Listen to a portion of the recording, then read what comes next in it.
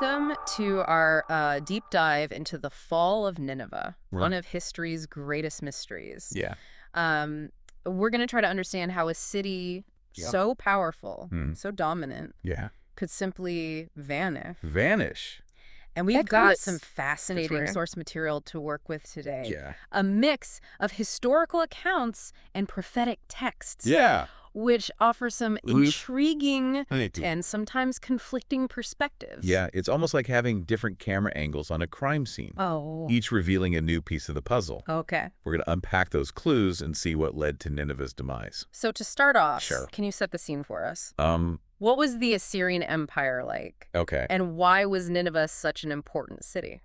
Well, imagine a military force so powerful that their very name inspired terror across the ancient world. Wow. That was the Assyrian Empire. Okay. They were renowned for their military prowess, their iron chariots, Hmm. their skilled archers, Yeah? and their ruthlessly effective strategies. Yeah. For centuries, Mm-hmm. they dominated the Near East, Wow. conquering and controlling vast territories. I've read about their brutal tactics. Yeah. You know, the mass deportations, the Mhm. deliberate cruelty. Right. It seems like they were more interested in instilling fear Yeah. than establishing a stable empire. That's a key insight, Yeah. and one that historians debate to this day. Really? Was their brutality a calculated strategy for control, Mm-hmm. or did it ultimately contribute to their downfall? Yeah. It's a question we'll explore as we delve deeper into their story. Okay. Amidst all this military might and Yeah. fear-mongering, Yeah. where does Nineveh fit into the picture? Nineveh was the heart of the Assyrian Empire, Hmm. their glittering capital city. Okay. Think palaces adorned with gold, intricate carvings, Wow. and gardens so lush they were considered one of the wonders of the ancient world. Wow. It was a hub of trade and commerce, Okay. attracting merchants and goods from across the known world. Mm. And of course, Yeah. it was heavily fortified Okay. with thick walls Yeah. and strategic defenses Mm. that made it seem practically impenetrable. It's fascinating to think about this contrast. Yeah. You know, this opulent city Right. at the center of a brutal empire. Brutal empire. But then we come across Mhm. these prophetic warnings, Correct. particularly from the prophet Nahum. Nahum is a particularly interesting figure Okay. because his name actually means comfort in Hebrew. Oh. Yet his message was anything but comforting for the Ninevites. Wow. Decades before the city's fall, he delivered a prophecy of doom, Okay. outlining in stark detail the judgment that awaited them. It's hard to imagine It is. the impact those words must had on Right. the people at the time, Mm-hmm. especially considering Nineveh was at the height of its power. Yeah, Did anyone take him seriously? that's a good question. Yeah. We don't have firsthand accounts Okay. of how the Ninevites reacted to Nahum's prophecy, Mm-hmm. but his writings Okay. suggest a deep sense of moral outrage Mm-hmm. at the Assyrians' actions. Yeah. He condemned their bloodshed, their lies, Uh-huh. their oppression of the weak, Yeah. and their worship of idols. So even though Nineveh projected this image of strength and invincibility, Yeah. Nahum saw something else.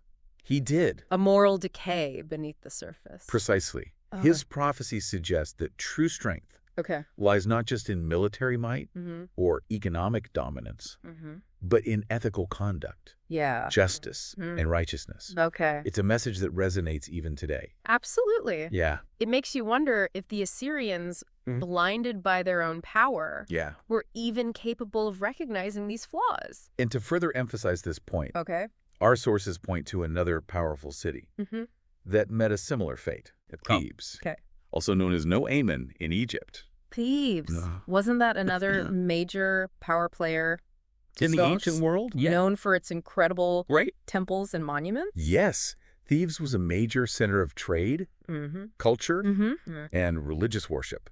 Okay. It was also renowned for its wealth Yeah. and architectural marvels. Wow. But like Nineveh, Uh-huh. it too fell victim to conquest and destruction. So we have these two seemingly invincible cities, Right. both eventually brought to their knees. Yeah.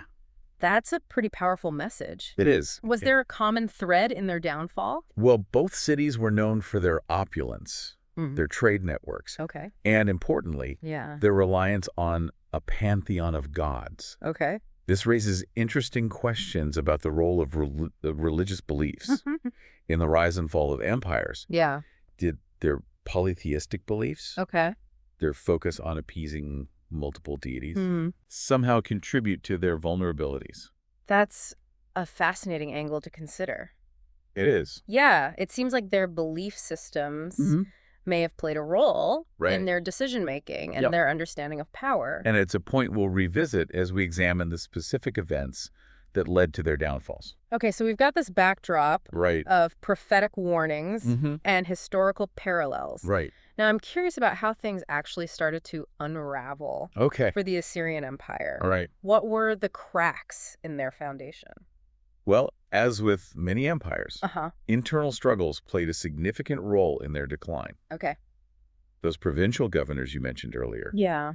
the ones responsible for maintaining control over the vast territories, they became increasingly ambitious, Okay. vying for power and challenging the central authority. So even with their fearsome reputation, Right. they couldn't escape the classic pitfalls of empire. Yeah. Internal conflict and power struggles. Exactly. Wow. And this internal strife was compounded by the rise of new threats, Okay. particularly the Chaldean Empire, Oh. also known as the Babylonians, Okay. who were eager to challenge Assyrian dominance. So they were being squeezed from both within and outside their borders? Right. What I'm wondering is, even at this point, Okay. were there any glimmers of hope for the Assyrians? Yeah. Any chance for them to turn things around?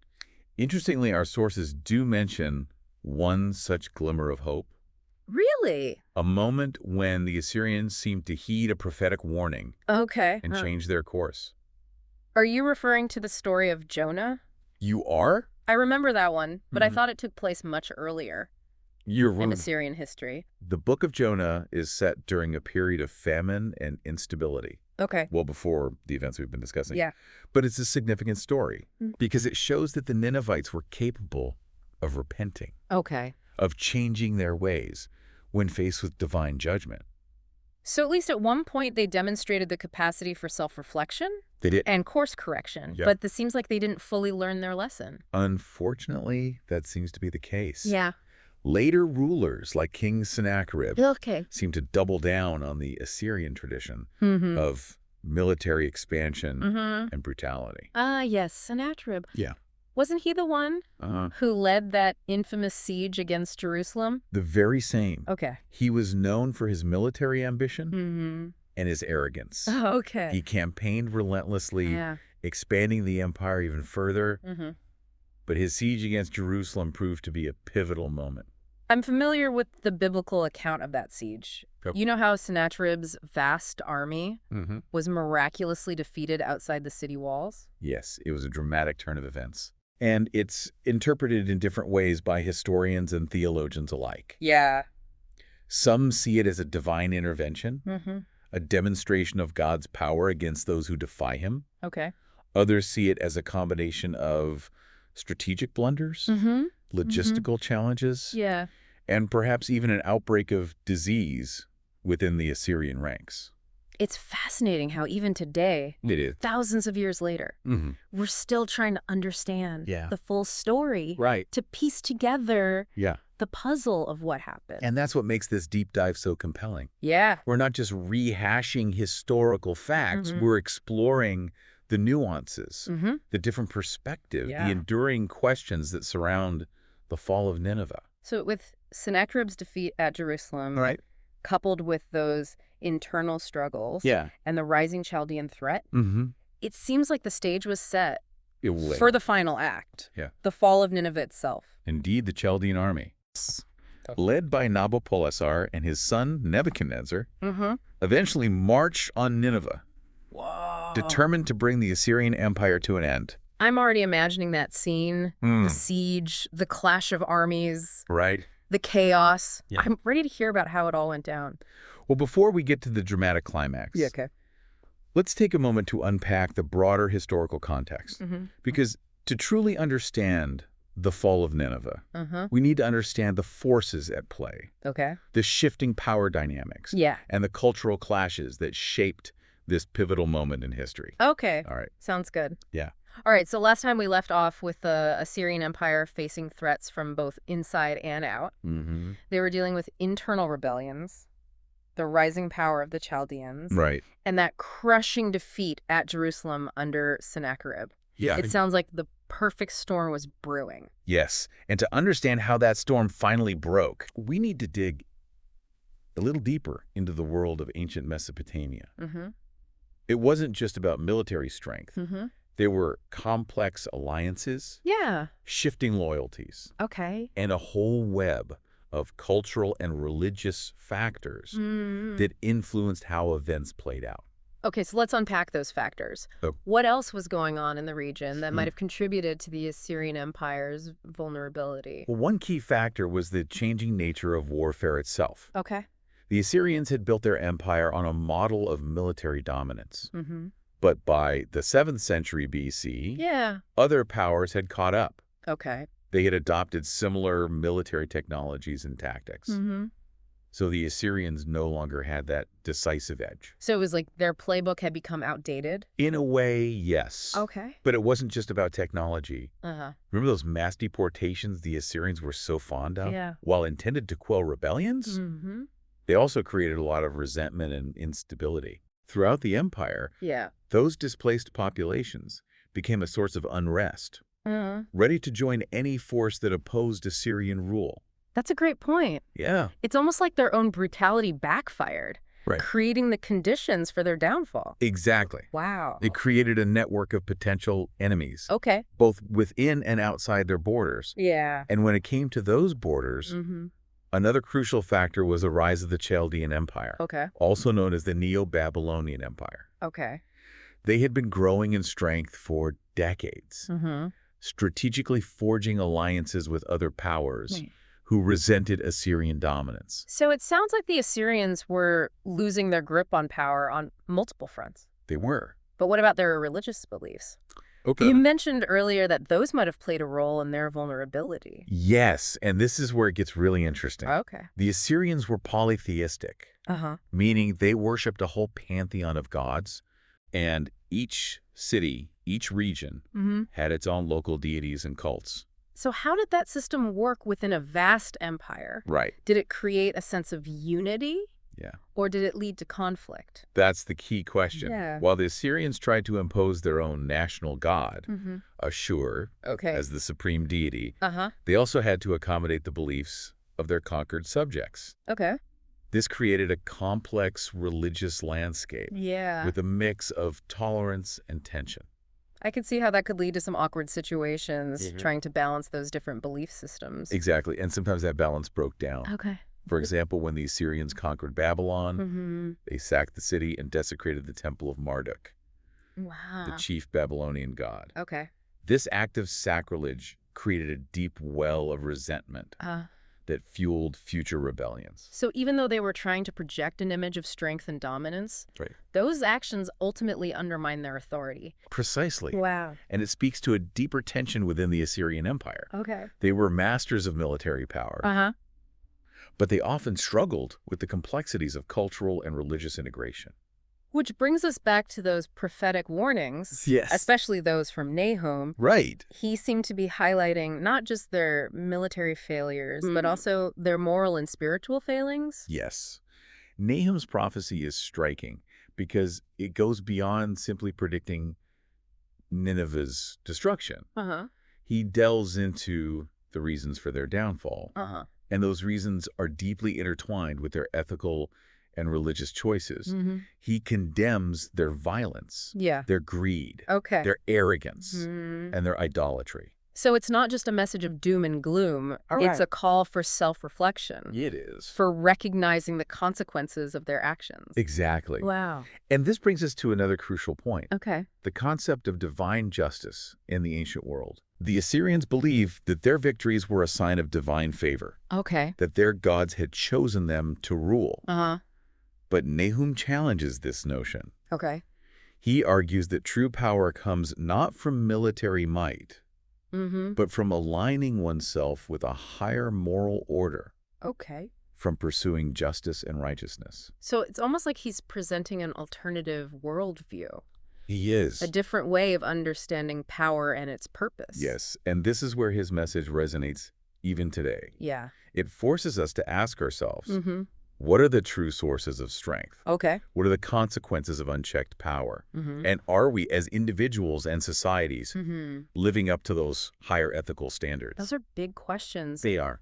And I think they get to the heart of why we're so fascinated by the story of Nineveh. It's not just about ancient history. It's about the timeless struggles of humanity, our capacity for both good and evil, our quest for power, and our search for meaning and purpose. And it's a story that continues to challenge us. Yeah. To make us think critically about our own values and choices. Okay, so we've laid out some of the complex factors that contributed to the Assyrian Empire's vulnerability. Right. We've talked about internal strife, external threats, religious tensions, and those prophetic warnings that seem to foreshadow their demise. And now with the stage set and the tensions rising, it's time to witness the final act, the siege and fall of Nineveh, the once mighty lion brought to its knees. All right, I'm ready for the dramatic climax. Tell us, how did it all go down? Last time we were on the edge of our seats, about to hear what happened when that Chaldean army finally reached the walls of Nineveh. Well, imagine you're a citizen within those walls for generations. Nineveh has stood as a symbol of Assyrian might. Right. The city itself is a testament to their power with massive fortifications, opulent palaces, and towering temples. It must felt like the safest place on earth. Exactly. But now that sense of security is shattered, no. Word arrives that a vast Chaldean army is approaching. Okay. Led by Nabopolassar and his son Nebuchadnezzar. These aren't just raiders. Right. They're determined to crush the Assyrian Empire once and for all. So what happens next? Do the Ninevites try to negotiate surrender? The sources suggest a mixture of defiance and desperation. Remember, Assyrian kings had a history of ruthlessness. Right. Surrendering meant risking brutal reprisals. Yeah. They probably also believed their defenses were strong enough to withstand a siege. But we know how the story ends. We do. Those walls couldn't hold out forever. That's right. What's fascinating is that the Chaldean army didn't just rely on brute force. Oh. They used a combination of sophisticated siege warfare techniques and a bit of natural advantage. Oh, tell me more about that. Our sources describe a prolonged siege, likely lasting for months. Wow. The Chaldeans employed battering rams to weaken the city gates, constructed siege towers to rain arrows down on defenders. Oh, wow. And even dug tunnels beneath the walls, hoping to collapse them from within. Talk about a multi-pronged attack. It was. Which you mentioned a natural advantage. Right. It appears that a particularly heavy rainy season caused the Tigris River, which flowed alongside Nineveh, to flood. Oh, wow. This weakened the city's foundations and may have even created breaches in the walls, making the Chaldeans' job much easier. Wow. So it was a combination of military might, strategic thinking, and a little help from Mother Nature. A perfect storm. What happened once the Chaldeans breached the city? According to historical accounts, the final assault was brutal. Oh, no. The Chaldean army stormed through the breaches, engaging in fierce street battles with the remaining Assyrian defenders. I can only imagine the chaos and bloodshed. What about the city itself, those magnificent palaces and temples? They weren't spared. The sources describe widespread looting and destruction. Wow. Palaces were ransacked and burned. Statues of Assyrian kings were toppled, and temples were desecrated. It's almost hard to fathom a city that stood for centuries suddenly reduced to rubble. It's a stark reminder that nothing lasts forever, not even the mightiest empires. Yeah.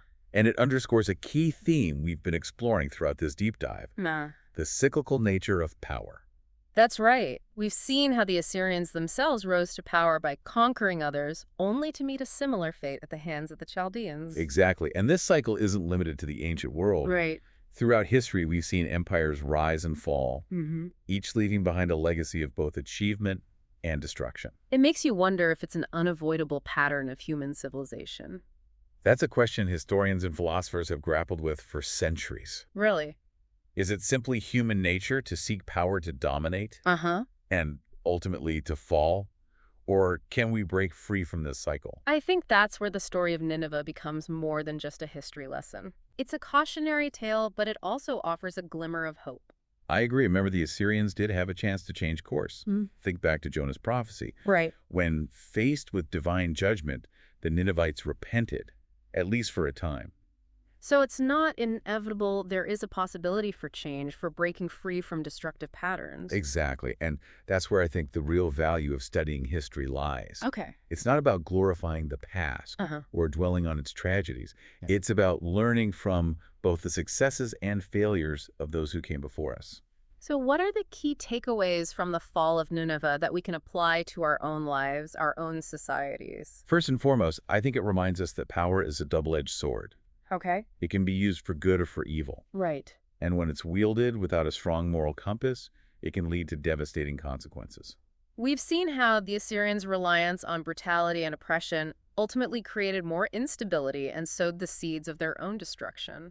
Exactly. And I think it's a lesson that's relevant for any leader, any organization, any nation. Right. True strength lies not in dominating others, but in inspiring them, in leading with wisdom and compassion. It also underscores the importance of humility. It does. The Assyrians, blinded by their own power, failed to recognize their vulnerabilities, their own internal flaws. They ignored the warnings of those who saw the dangers ahead. And that brings us to another crucial lesson, the importance of listening to diverse voices. Okay. Of being open to criticism and dissent. Even when those voices are challenging or uncomfortable. Especially when they're challenging or uncomfortable. Wow. Because those are often the voices that can help us see our blind spots. Okay. That can challenge our assumptions and prevent us from making catastrophic mistakes. It makes you wonder if things might have turned out differently for the Assyrians if they had been more willing to listen, to consider different perspectives. It's a question that's worth pondering. And while we can't change the past, we can learn from it. We can strive to build societies that value justice, right, that promote compassion, and that are resilient enough to adapt to change. That's a powerful message to end on. So as we wrap up our deep dive into the fall of Nineveh, I'm left with a sense of both awe and responsibility. Awe at the complexities of history, and responsibility for shaping a future where the mistakes of the past are not repeated. And perhaps that's the ultimate lesson of Nineveh. Yeah. A reminder that we all have a role to play in creating a more just and compassionate world. Thank you for joining us on this incredible journey. Until next time, keep exploring, keep questioning, and keep seeking the truth.